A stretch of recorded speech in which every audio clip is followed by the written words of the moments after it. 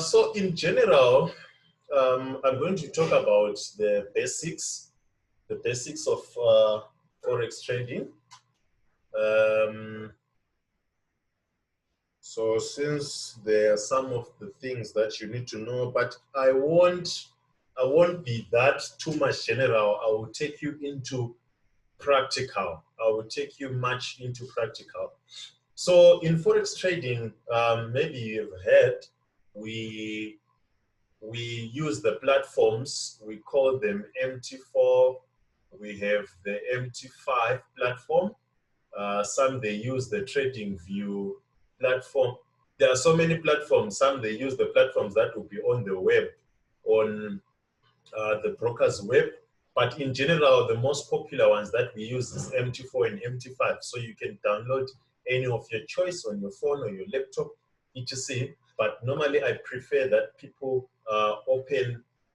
people download MT4s that are for brokers, especially if it's on the laptop. If it's on the phone, you can just go on Play Store and download MT4 and MT5. But if it's on a laptop, what I mean is, if you had opened an account with Xness, it is better for you to download MT4 or MT5 from Xness. If you have opened with a broker XM or a broker, whatever, if it's FBS, then it means you have to download MT4 or MT5 for FBS and for XM if you are using XM, etc., etc.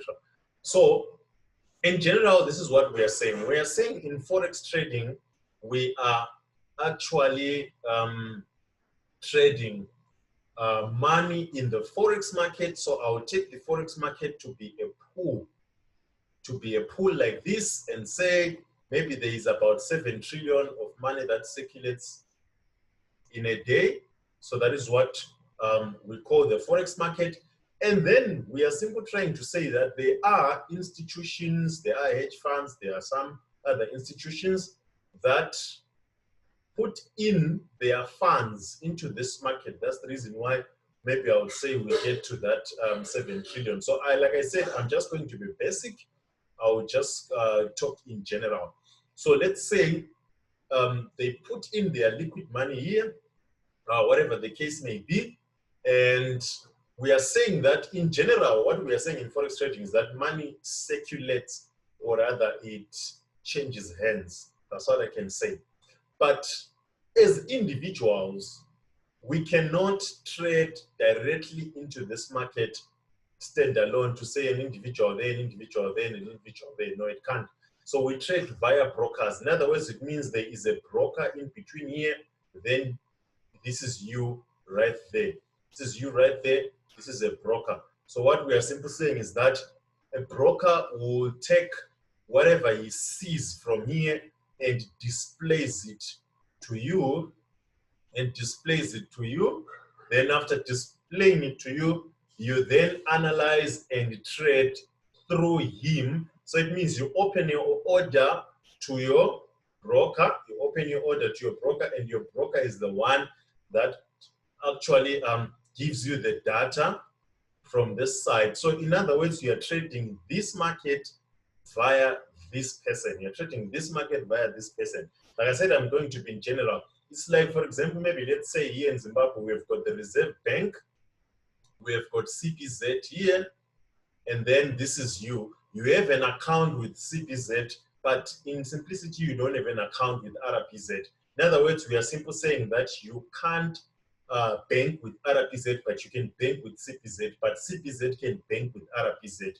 So we can't all have individual accounts with RPZ, but CPZ can have an account with RPZ, ZP can have an account with RPZ, so you have an account with CPZ. So in simplicity, we are saying that we are trading through brokers. Those are the ones that I said. We have XM, we have maybe some, we call them FBS, we have Xness, we have so many brokers, Windsaw, Broker, we have so many brokers, you can't finish them. So these brokers are the ones that we trade through the financial market. So when you download your MT4, MT5, in simplicity, you have to log in an account that you have registered with these brokers. So if you register with these brokers and then you open an account with them, we are simply saying that the account that you have opened with these brokers, the data you are seeing on MT4 is the same data you are seeing on MT5, but these are two different platforms and they've got different, actually MT5 is more like an advanced MT4. In simplicity, it's more like an advanced MT4, but we still have the same information. The important information is the same in both platforms. It's the same in both platforms. So in general, this is how our chart looks like. Okay, so I'm just going to open our chart, but this is from a laptop. This is how our chart looks like. So right here, we have pairs. We have market pairs right here. So these market pairs, these are the ones that we actually trade. Like I said, I'm going to be very simple in my explanations. These are the market pairs that we have here. So these market pairs, you can see on this chart right here, I'm looking at CAD JPY. That's the one you see beneath here. This is CAD JPY. It's written CAD JPY right there. So even on this column, you can see there is your CAD JPY right there. Don't know about these small M's. This is just a description of XNES because I use XNES. So CAD JPY, we are simply saying it's the Canadian dollar against the yen, the Japanese. So it's the yen. So if we are saying GBP USD, we are saying it's the pound against the US dollar. It's the pound against the US dollar. So all these are currencies. If we are saying ODNZD, we are saying it's the Australian against the New Zealand. Australian against the New Zealand. So it's the money. So now these numbers that you see right here, these numbers that you see right here is the actual price. That's the actual price. Those numbers, there is the actual price. So in other words, maybe in layman's terms, to keep this simple, in layman's terms, I'm simply trying to say, how many of these do you need to buy that? In simplicity, that's what we are trying to say. How many of these do you need to buy that? So where it is right now, these double lines here, the ask price and the bid price, they will signify to you the actual current price where the market is. So that current price is the amount that you actually need. In simplicity, that is what it needs. That is what it's actually it's talking about. So that is it. Then right here, you can see for yourself. Okay, let's go to CAD JPY. You can see right there, it's saying the bid price is 81.625. The ask price is 81.663. So that the difference between the two is what they call the spread. This is the difference of these two lines. Those double yellow lines there, those are the numbers. So if you look at these numbers, it's the same figures that you are seeing right here. It's the same figures that you are actually seeing right there. Now, all this data that we are seeing here is from a time frame we call the H1 time frame. When we say H1 time frame, because these are candles, in simplicity, we are saying one candle stands for 1 hour. What do we mean? We are simply saying that if this candle appears here, it's going to be there for 1 hour, for the whole full hour, it's going to be there. So if we are saying 1 minute time frame here, we are simply saying that one candle stands for 1 minute. So it means one candle will come for 1 minute. If 1 minute is completed, the candle will be closed, and then a new candle will appear for another minute and close. The new candle will appear for another minute. So it means that if one candle here stands for 1 hour, it means we need 60.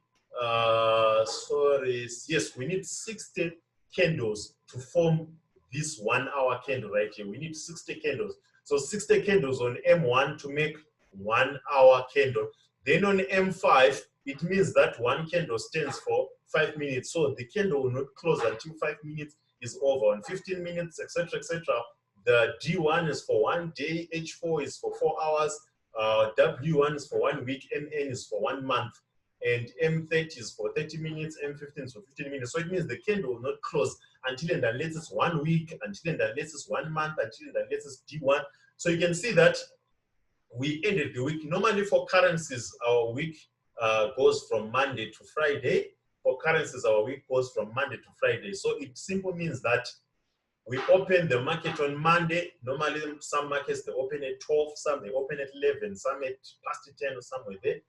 Sometimes it also depends with the region where you are, the area where you are.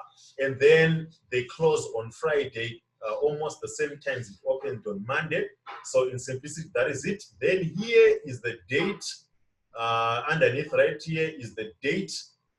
So the date in general tells you what the date is. So you can see right here, the market actually closed on the 5th of June.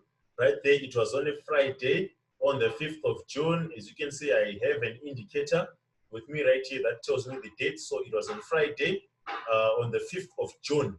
So being the Friday on the 5th of June, it simply means there's blocks from here to there, it's Friday.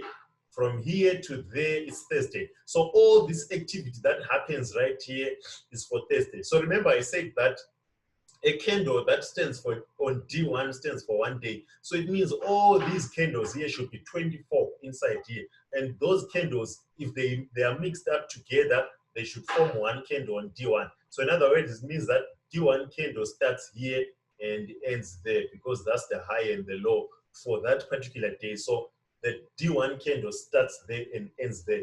So I'm showing you this from a computer, but from a laptop, but it's one and the same thing, even from the phone. The only difference is that on the phone, it will be mobile version view, so it will be a little bit different the way things are placed, but it's one and the same things.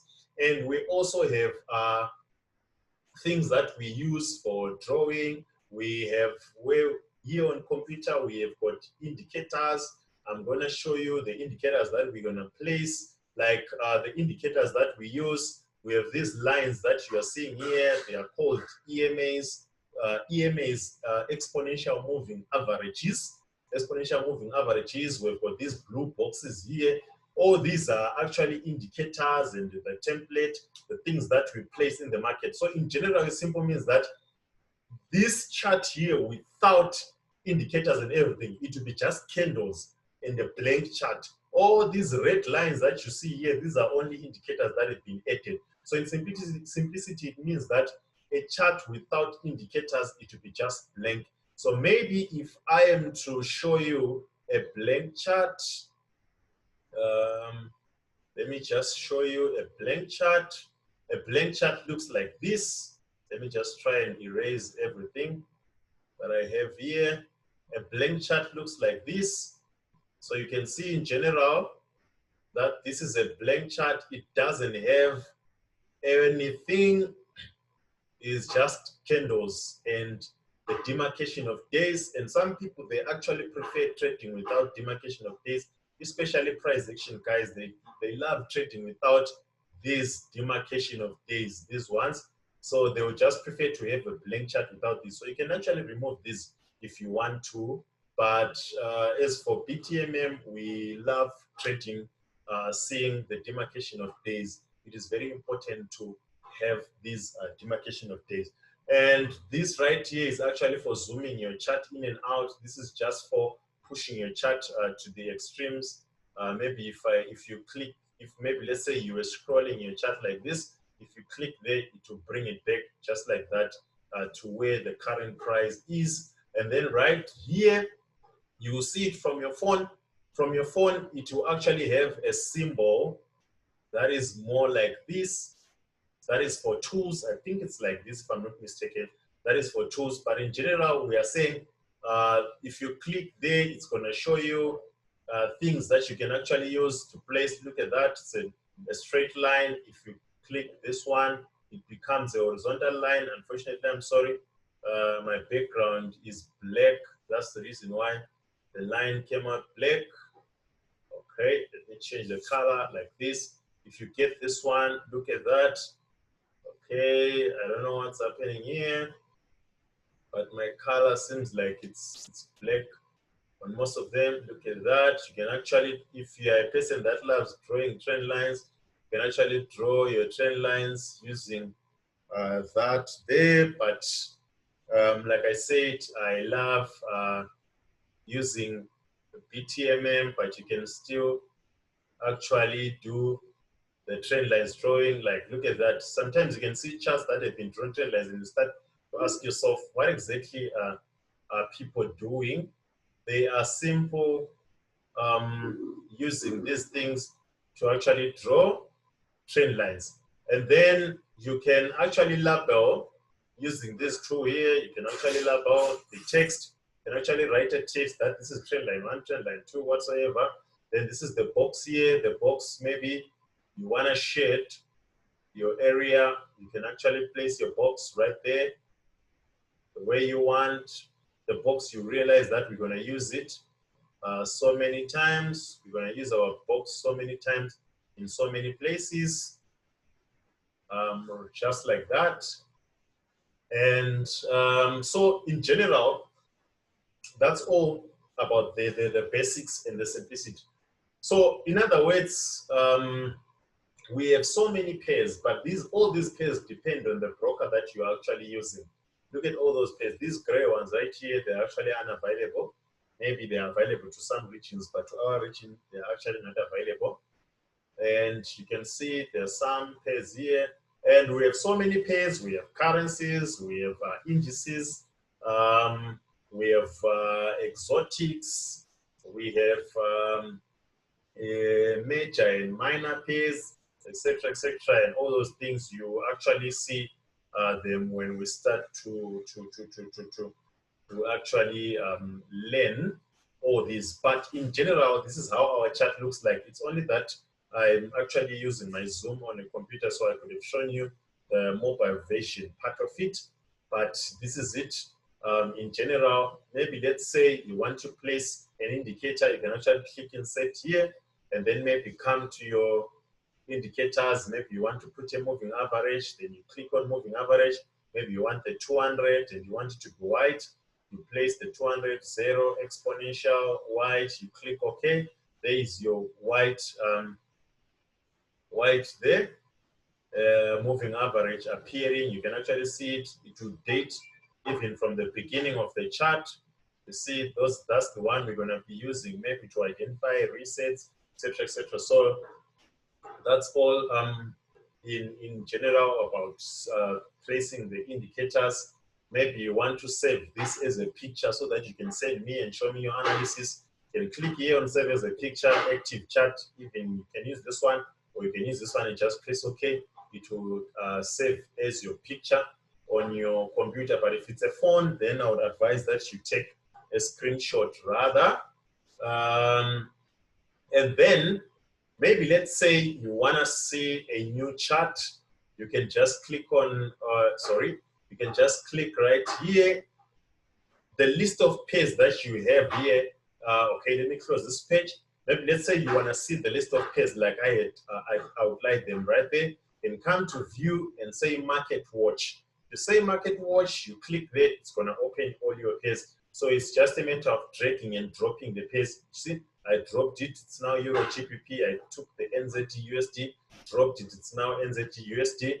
If I don't want to do that, I want to open a chart, I can click there, right here on new chart, that's the symbol. You can see your pairs again, but now this time around, they've been grouped in their order. You have the stock pairs, the crypto pairs, the Forex group, you have the Forex market X, the Forex syndicate. And now this all depends also with your broker. Your broker is the one that actually has the actual pairs that is regulated to actually save. And then on market watch, sometimes you can realize that there is a pair that you're looking for and it's not part of the list. You can just say right click there and say show all. So if you say show all, it's going to refresh and show you all the pairs.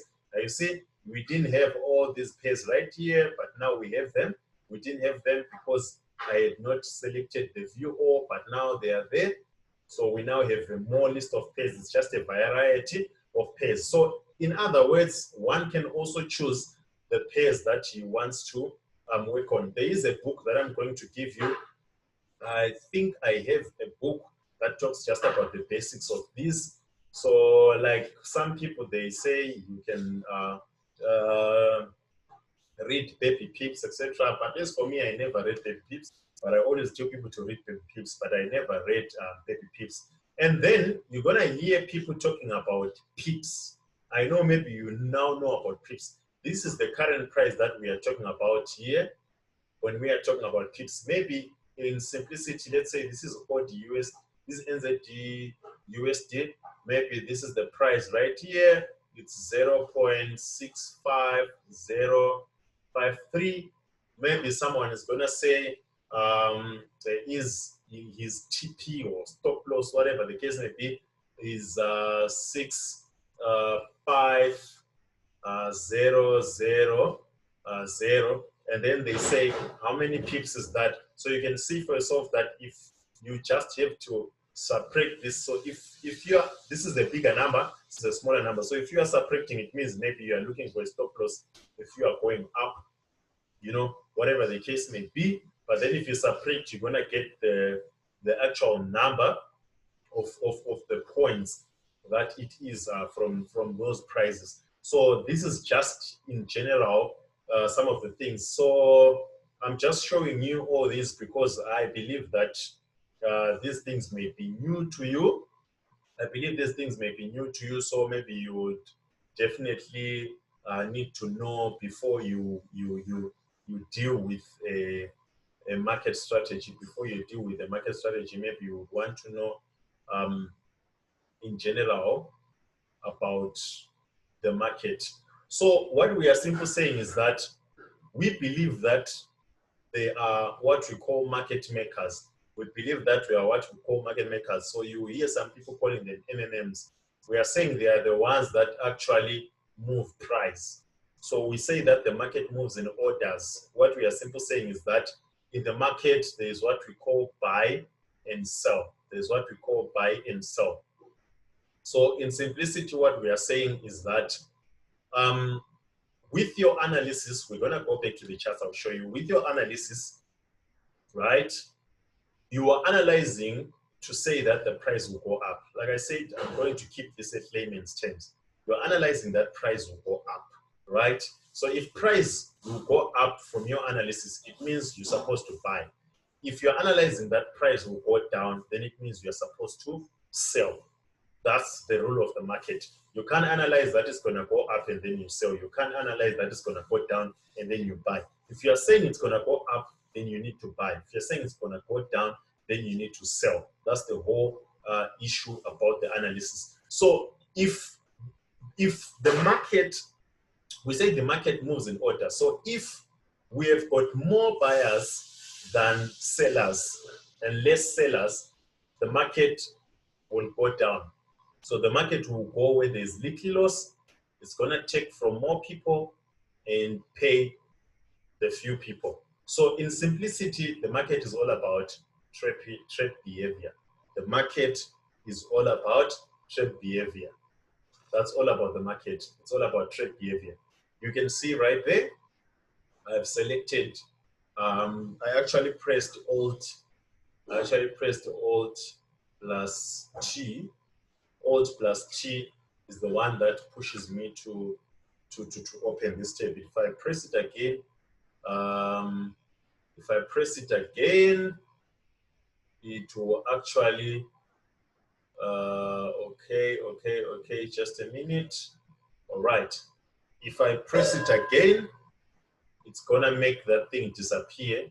If I press it again, it's gonna make that thing come back.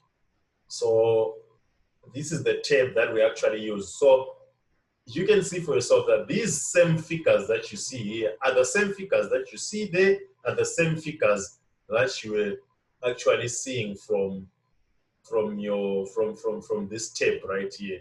It's the same figures that you are actually seeing from this tab right here. All right. So what we are saying is that now,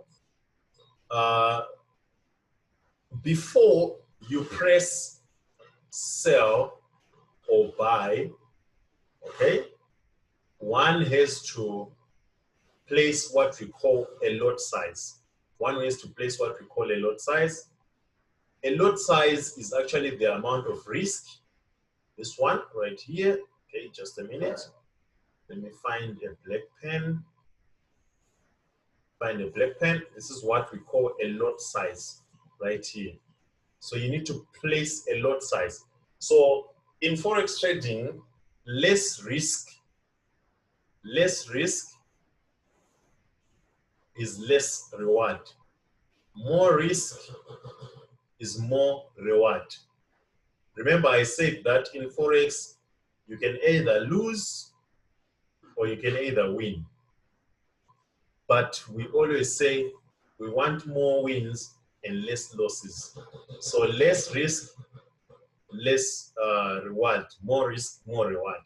So that is exactly what we are actually saying, that you place a lot size, and these currencies or instruments, they have got different lot sizes, and some they start at 0.01, some they start at 0.1. It also depends with brokers as well. So you will find that if you press 0.1, like, let me press it for you. Okay, this is your 0.01. I can click there and just edit using a keyboard and say 0.1. Or I can click there. You can see it's reducing. If I click that side, it's actually increasing. You'll see that this is also there from your charts. So in other words, I'm simply saying that if I place a 0.1 there, for every 1 pip movement this side, for every pip movement this side, whether we're going up or we're going down, it's either I'm gaining that amount or I'm losing it from this side. You get the point now. So either I'm going up or I'm going down, whatever the case may be. For every movement, that is the amount that I'll be gaining or losing.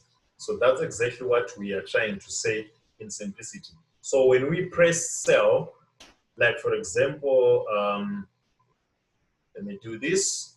Maybe from here up to there, I could have sold. So I would place a lot size and then click there, my sell, click my sell and get my money and move out here. And from here up to there, place a buy and get my money. Or maybe I could place a buy there and hold it up until there. Even with these red candles coming down, just ignoring them and only focusing on the green candles only until I close my order there. So in other words, we are simply saying that if you open your order, you'll see that your order will be written sell. These days they write sell it, then they just place your lot size and they put the price where you entered your pay. Maybe if you had opened your position right here, that is exactly where they are going to place your order right there. Though it's also different with some brokers. Some brokers, they can actually move your order with a few pips away from where you actually placed. So sometimes it is also wise to find a broker that can open the price exactly instantly where you've actually executed it. So that is where we're going to execute, where you will get executed, and it's going to open there, and your order will not move. So this means that your order will be there until you actually close it. Like I always say, that you're the one who is responsible for your funds. You're the one who actually knows how much risk you're going to put on a trade, and you're the one who is going to know how many positions you want to open and how much loss you want to actually incur. So in other words, it means if I place a buy there, and there's what we call a stop loss. A stop loss, we are simply saying that if I place a stop loss here, if I predict that price will go up and then price actually goes down, I'm simply saying that my position of entry is this one. My stop loss is this one. So if price comes at this point, it's going to hit my stop loss and my order will close. So my order will close with the loss that is currently there. So if my balance was $20 and I opened one position maybe at 0.05 and I'm losing $10 here, it means my position will close at $10. My balance will be separated, it will be $10. And you'll find that from your chart, maybe if you are on your phone, there will be your balance on top, there will be equity below. Your balance will always remain $20, even if your position is open, or if there are no positions. If you open a position, it will remain $20. But then your equity is the one that will be moving up and down depending with your loss or your profit. So if you are going into minus loss, you will see that your equity maybe will be minus $10 if you are losing $10. If you are losing $5, your equity will be minus $15. So it will be what you are losing. What you're losing will be actually on top on your phone there, return minus $5. So what you're losing will be minus, it will be 20 minus 5, that's equal your equity. If you are making a profit, maybe say a profit of $500 right there on top there, it means your equity is going to be 520. The equity is going to be 520. So like I said, from your stop loss, if we hit that point, your order will close. If we don't get there, maybe your price just comes and just does that, and it doesn't get there, then it means your order is still valid. It means your order is still valid unless you close it manually. Unless you close it manually, right? Maybe let's say you placed your TP there. TP is what we call take profit. In other words, we are simply saying if the price comes and gets to that point, if you were now at $30 profit, your order will close at $30 and your equity will be at 50. So is your balance will also be at 50 closed there. Now, if price decides to continue going up, your order is already closed. So you're no longer gaining. Even this side, if price continues going down, your order is already closed. So these are also helpful, especially if you are not on your charts 24/7. You just place your stop loss and you take profit and then you go out. You just let them be. If they hit a stop loss or if they hit your take profit, whatever the case may be, that is it. So that is exactly it in general. That is exactly it in general that I wanted to say. Then we also have what we call limits and stops. Limits and stops. Okay, right. From your phone, you realize that what you need to do, you need to click on your pair and select buy or sell or whatever. I'm going to show you if you have challenges from your phone, but from your laptop, if you right click and come to trading here, you're going to see where there is written new order. If you click new order there, you're going to see it's going to be written symbol. On symbol there, you have all those pairs that were there right there. You can see they're actually explained here. Swiss francs, new Turkish lira, that's shift try. You can see there NZD ZAR, that's New Zealand dollar and South African rand. All your pairs are actually there. It's unfortunate the same dollar, we don't have it here, but I think it's there on one of the brokers, though I don't use that broker. Then the volume is what we call the lot size. That's the one that I was talking about on that tab there. That's the volume. You can actually set any volume that you want. Either you want to put 100, it's up to you. But remember, the higher the risk, the higher the rewards. The less the risk, the less the rewards. So that is all in simplicity. And then we have what we call stop loss, the one that I've just talked about. You can see from your tape there is what we call stop loss from the tape there. Stop loss, like I said, if you place a stop loss, you know exactly what it means. So what you place here is the price. For instance, let's say you entered your pair, okay, just a minute. Let's say you want to enter here and you want to place your stop loss there. So it simply means that this price here, the one that you have actually selected, is your stop loss. I'm going to show you when we get deeper into learning about calculating stop losses. So it means the price that you want to place here is the price that you actually place there. It's the price that you actually place there as your stop loss. Is that price that you actually place there. Then the take profit, if your take profit is going to be that one right there, it means that's the price that you actually place there. You actually type there as your take profit. On comments, you just leave it like that right here. Then on market execution, this is where it is. On market execution, it's supposed to be like that. If you are on your phone or laptop, if you want the market to actually execute or your broker to execute instantly, like I said, you just press sell, you just it's gonna tell you if it's in or it's out, whatever the case may be. These numbers here, current prices that you see there. So unfortunately, the market is closed now. I could have pressed, then you could have seen.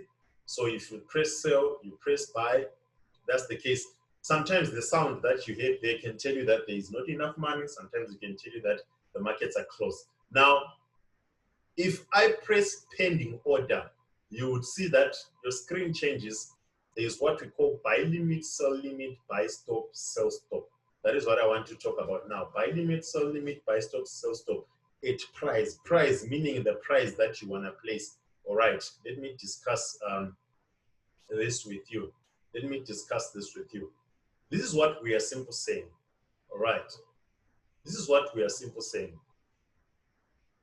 Maybe let's say your price, let's say this price here is actually there. Okay, fine. Let's actually use it where it is. There is your price right there. And you are anticipating that the market will go down. Now, you don't want to enter right there, but you want your order to be triggered on its way down. You place what we call a sell stop. You place what we call a sell stop. A sell stop, in general, we are simply saying, if price comes and triggers your order will be open right there where you placed your price, and it will continue going down with you. If it decides to turn around there, it doesn't mean your price will close. Your price will remain open. But because it got there, you are assuming that price will continue going down. That's why you place the stop loss. Now, if you want to place what you call a sell limit, you can't place it in the direction of where you're anticipating price. You place the sell limit on the other direction. A sell limit, in other words, you are trying to say that price will get there, trigger your order, and go back down. That's what we call a sell limit. You are anticipating that price will do that. Price can actually go past your order, but your order will be triggered and running. So it will be running on a loss, but you'll be anticipating that it will trigger and go down. That is what we call a sell limit. So let's say the market is going in that direction and you want to place a sell limit. The market is going in that direction and you want to place a sell limit. The market is actually buying like it is now and you want to place a sell limit. Still, your sell limit has to be at the top. If it's a sell stop, then if it's a sell stop, then it means you have to place your sell stop right towards where the market is going. Let me try and explain this. All right. The market was going up like this, right? And let's say you were anticipating a buy. Then you place your buy. Sorry. You are anticipating a sell. So you still place your sell limit right there. You still place your sell limit there. But let's say your price is here. Forget that. Let's say your price is here. You still place your sell limit, your sell limit, because you're anticipating that price will turn around. But you can't place a sell stop on top. You can't place your sell stop on top. You can only place your sell stop beneath. So it's still the same thing, like what I was explaining when price was actually going down. Still the same thing. Your sell stop beneath, your sell limit on top. If it's buy, the buy limit beneath, the buy stop on top. So whether the market is going up or the market is going down, it shouldn't confuse you. Sell stop beneath, buy limit beneath, sell limit on top, buy stop on top. So the buy stop and buy limit act the same way as the sell stop and sell limit. It's one and the same thing. So the reason why they're just inverse, it's because of the market direction. The market direction is the one that makes them inverse the way I've just explained them to you. So that is it in general. So the reason why we use those is simple because maybe let's say you don't want to, you would be busy and you just place that order, or you don't want to enter the market where it is, but you want the market to actually trigger your order on its way wherever the market will be going. That's when you use those. But then if you want to enter the market instantly, like we mostly do on most of the cases, then you're supposed to enter your market right at that spot using instant execution, market execution. So in general, I think that is all that I have said about the market. That's all I've said. In terms of knowing the broker, that one is all about you, or you would actually need help. So I'm going to assist you and give you the best option of a better broker. Why? Because brokers, they are different. Some, they have late withdrawals. Some, they have late deposits. Some, they actually, what can I say? They actually charge. They actually charge for withdrawals and deposits. That's one key. Some, they actually charge commission for every order that you open. They get some money there, commission. So that's why you see sometimes you can actually be getting profit, but while your trade will be still in blue, you'll be actually, that will actually be their money from the order that you have opened. So they are a lot different. But as for me, I use Xness. The reason why I use Xness is because of their instant deposit and withdrawal, and also their customer care is also 24 hours and also very instant. So I love them for that. And also they don't charge for deposits and withdrawals. They don't charge any commission. And I love that their leverage can go as far as 1:2,000. So leverage is also another issue. Because leverage can limit you sometimes it's of best interest. So as a beginner, maybe I would advise you to use a leverage of around maybe let's say less than 400, 1:400. So in other words, when we are saying leverage, we are simply talking about also the risk issues again. Leverage helps you in that the lower the leverage, the less the risk. Even the number of positions that you can open in your account, they can be less. Even the way you are actually losing in your positions can also be less. But if your leverage is huge, it means you can open as many positions, and also what you will be gaining can also be more. So your leverage can also contribute in your losing or your winning. It can also contribute in your losing or your winning. So leverage is also another thing. And the other thing, it's also the type of their accounts, and also the deposits. Their minimum deposits is actually $10. So I love them for that. Some brokers, they actually start their deposit from 100, such as the Avatrade, etc. But Avatrade is also a good broker.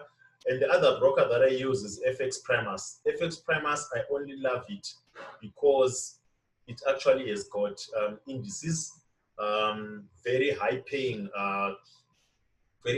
instruments, but their deposit starts from $100. So sometimes I could sacrifice to actually deposit $100 to trade those very high paying indices if I see a setup. So that's the reason why I have them, because the indices, they are also there on Xness, but what I don't love is that they don't pay as much as they do on FX Primus and Avatrade. So that's the reason why I go for FX Primus. So FX Primus, their accounts, they are more or less like also close to Xness. And also the other thing, the spread, the one that I was talking about, the difference between the bid price and the ask price, I also love it on Xness because it's a little bit lower than other brokers, though there are some brokers that have got even zero spread, but there are some brokers that don't allow Zimbabweans anymore. That's the reason why, in other nations as well. So if your nation is not allowed by a certain broker, then it means you can't enjoy those benefits. So you would then have to look for another broker. So I use Xness and I use FX Primus for my trading. So that's the reason why I I chose those two brokers. So you'll find that in most cases I trade using Xness. I only go to FX Primus when I want to trade the indices like NASDAQ, the ZAR indices, the MXN indices, etc., the exotic pairs. So that is it in general. So maybe I would advise you that for a start, maybe you can start by using Xness. That information of checking how many buyers and sellers you have, the truth is you never check it yourself. There is no platform on MT4 or MT4 or MT5 for you to check which buyers do we have, how many buyers do we have, and how many sellers do we have. However, nowadays brokers do have those charts. Nowadays brokers do have charts. They actually have those charts that will be like bars. Like you can even check them on my FX book. Those bars, they can actually show you maybe, let's say, a shaded area and give you 30%, and then this side they give you 70%. Then they will tell you that we have got 30% buyers and 70% sellers. Now brokers, they actually give you these charts. Some of the brokers, some they don't, but some they do give you these charts so that you can go through them and see. But some traders, they don't use these charts. Sometimes you can use these charts. They will actually help you. Maybe let's say you want to sell EU and you see that you have got 70% sellers and 30% buyers. Then you just decide to buy because you can see that there are so many sellers. So, but these figures will be different. They will depend with broker to broker. Remember, I said that brokers, they take the information from the market.